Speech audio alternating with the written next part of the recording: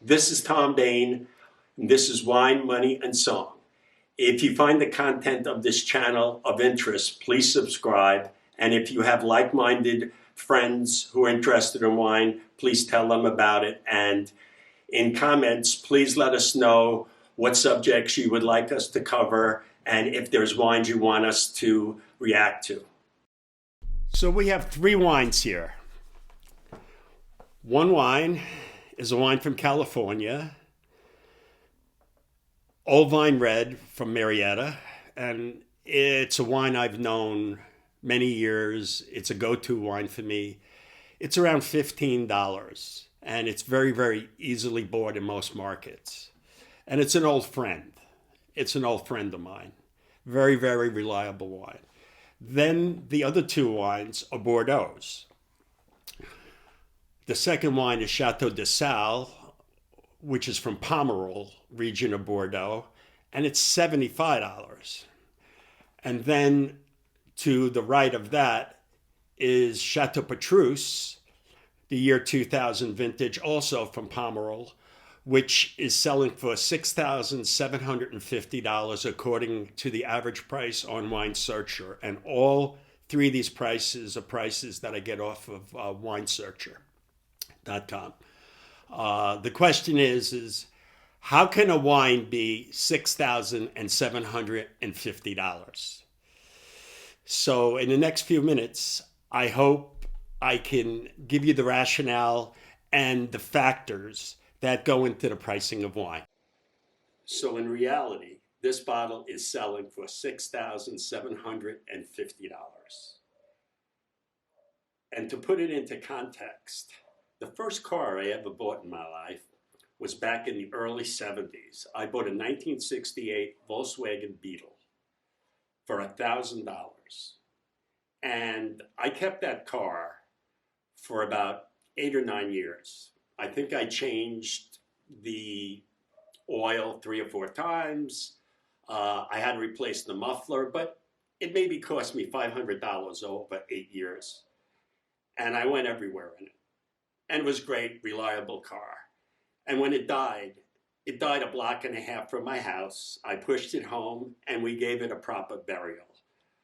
So how do I rationalize $6,750 when I paid $1,000 for a car that lasts for 8 years? I will tell you why. So what are these factors that really determine the pricing of wine when you go and buy a bottle at the store, at the supermarket? Where does that price come from? Well, first of all, supply and demand. That's economics 101. Now, what does that mean? Well, there's a certain supply of all goods, and there's certain demand for all goods. And when supply meets demand, you come to a great equilibrium of a price, and you know what to price it. It's when supply is scarce and there's a lot of people running after it, forces the prices up. And vice versa. If there's too many goods, too big a supply, and not enough demand, it drives prices down. So how does it apply to these three wines? Well, the Old Vine Red, the production is 900,000 bottles a year. Almost 1 million bottles. And the Chateau de Sal, average year, 125,000 bottles. The Chateau Petrus, the average production is 30,000 bottles. Now that is a huge discrepancy in production, but I think there should be a few light bulbs going on right now that you see the 900,000 production is $15 and the $75 bottle is 125,000 bottles produced, and the Petrus, the expensive bottle, is 30,000 bottles. So pricing comes in where you put the price at a level that you can sell the whole supply out. So does that happen? Markets aren't perfect, but markets always correct. If you go to the food market and you buy meat, let's say you're going to buy chopped meat. Chopped meat is $4.99 a pound. Ribeye, $13.99. Filet mignon, $29.99. And the prices change as supply and demand. So what's the next factor that goes in? I just said the market, and also what's important is the present state of the economy. And presently, as we talk right now, the economy inflation is running wild. We haven't had inflation like this for over 15 years. The price of a gallon of gasoline is incredibly high, and it's factoring the costs of everything because everything has to be transported. And it's also affecting the price of wine, obviously, too. And if we go into a recession, you will see the prices of luxury goods start to fall. And you'll see prices of wines like this, you'll see them drop. In 1973, I was working in a wine store as a manager, and the Bordeaux market collapsed because of the economy. We had double-digit inflation, and we had fuel shortages. When Iran took hostages and our economy was down the tubes. So in December, I could buy a case of Chateau Lafite Rothschild wholesale in December for $560. The next month in January, I could buy it for $160. Put that in your pipe and smoke it.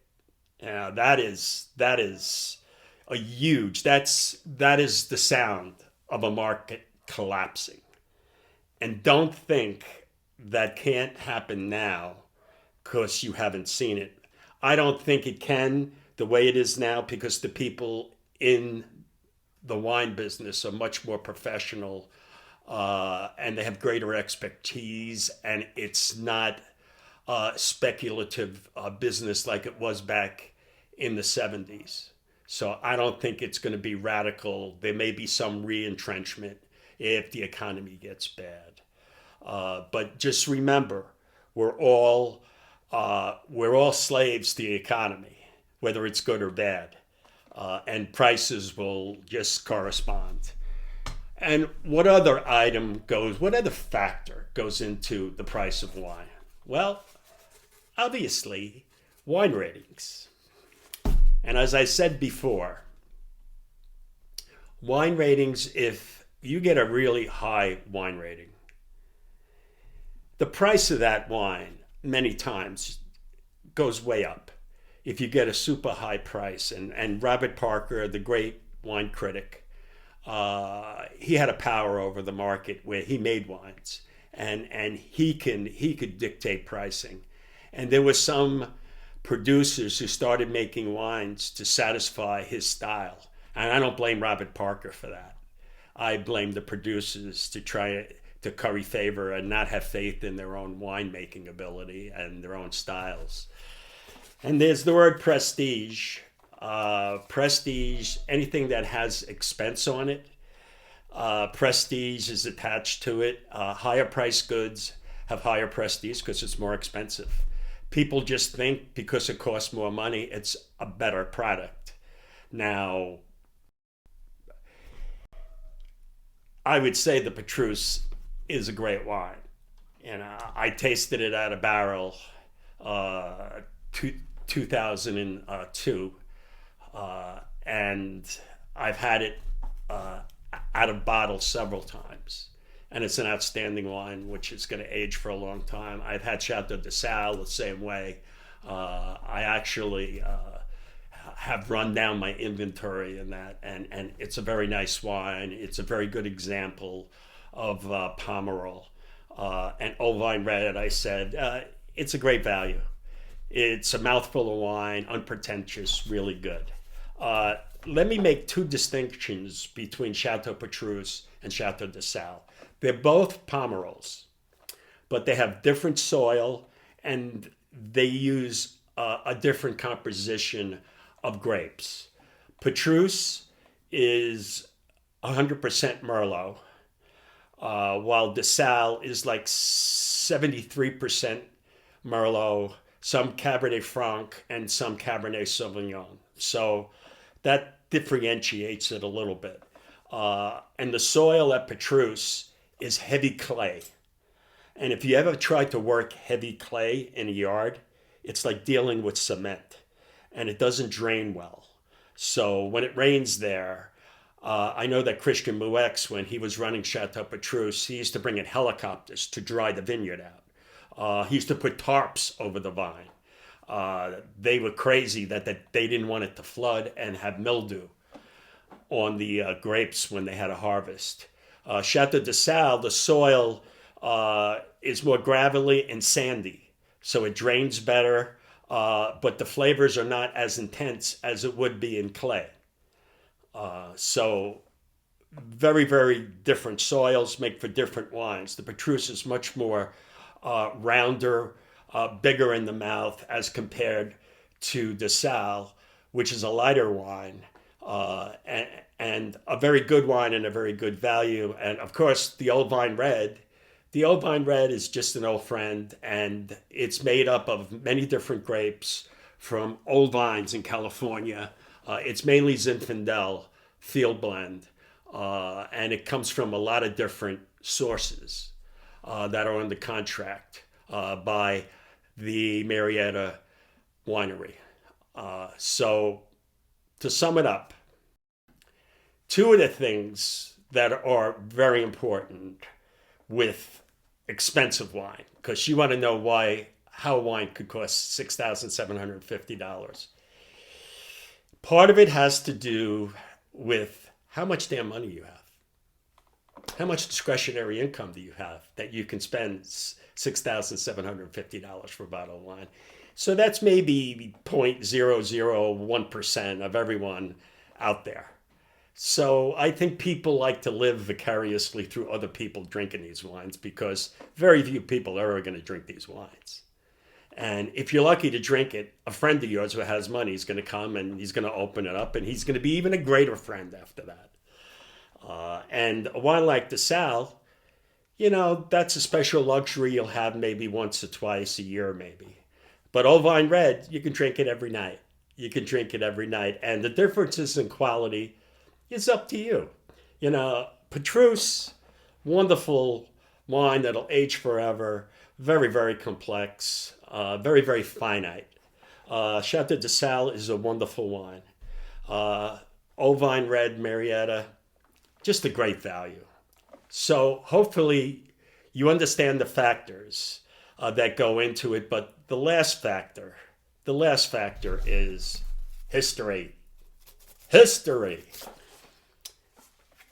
If you have a history of producing a great product and getting a high price over a period of years, you can garner that price because people are used to paying that premium for those wines. Just think of Chateau Lafite Rothschild. They've been making great wines for centuries and they've been fetching high prices. So history has a lot to do with that. And the last thing is people drink expensive things and buy expensive things because they want to show off. They want people to know they have money. And the way people know they have money, they buy fancy sports cars and they drink really expensive wines. And that's called conspicuous consumption. Conspicuous consumption is all over the place. You eat in fancy restaurants, you buy expensive clothes, and you want everyone to see that you're doing well. So wrap all these factors together, and that's what goes in to the pricing of the wines. And I hope you can rationalize that now and understand it. And maybe someday you could taste that wine. Maybe.